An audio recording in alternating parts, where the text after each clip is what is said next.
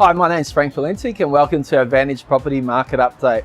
Well, it was a very solid year in Melbourne. Melbourne's median house price went up by 13.2% across the state.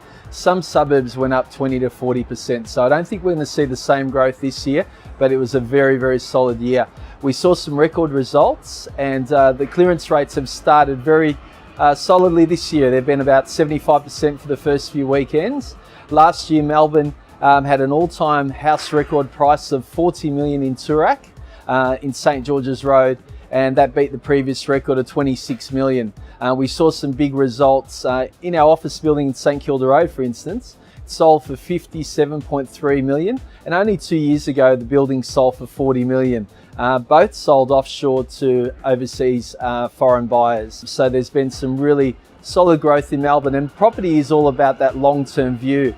We saw recently a house in Fairview Avenue in Macrae sell for 860,000. That house sold in 2002 for only 230,000, so massive growth, and we've seen that down the peninsula suburbs due to the improved access due to the East Link and the Peninsula Link. We're all about building long-term portfolios for our clients and holding property long-term, and we saw our clients sold in Harold Street, Thornbury for 1.7 million.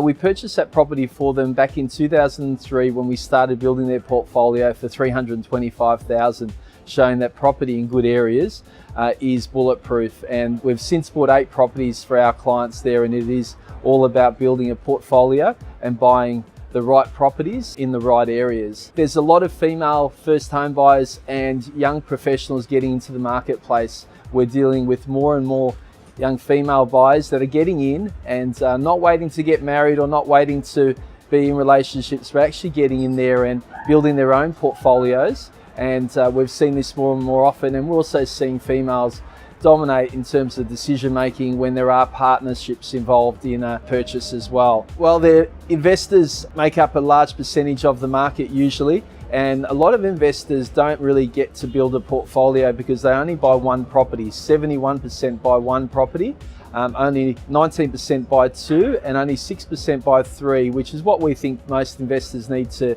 get to be financially secure in retirement. Well, we've seen first home buyers come back to the marketplace. They're now 28% of the market. They were only 12% prior to the stamp duty concessions that were given to them as of the 1st of July last year. And we've also noticed there has been some higher investor activity at the start of the year, which augurs well for a pretty solid year. Please don't hesitate to get on our website to check out information about our buyer's advocate, seller's advocate, property management and owners corporation services, and our group block purchases. We'll see you next time.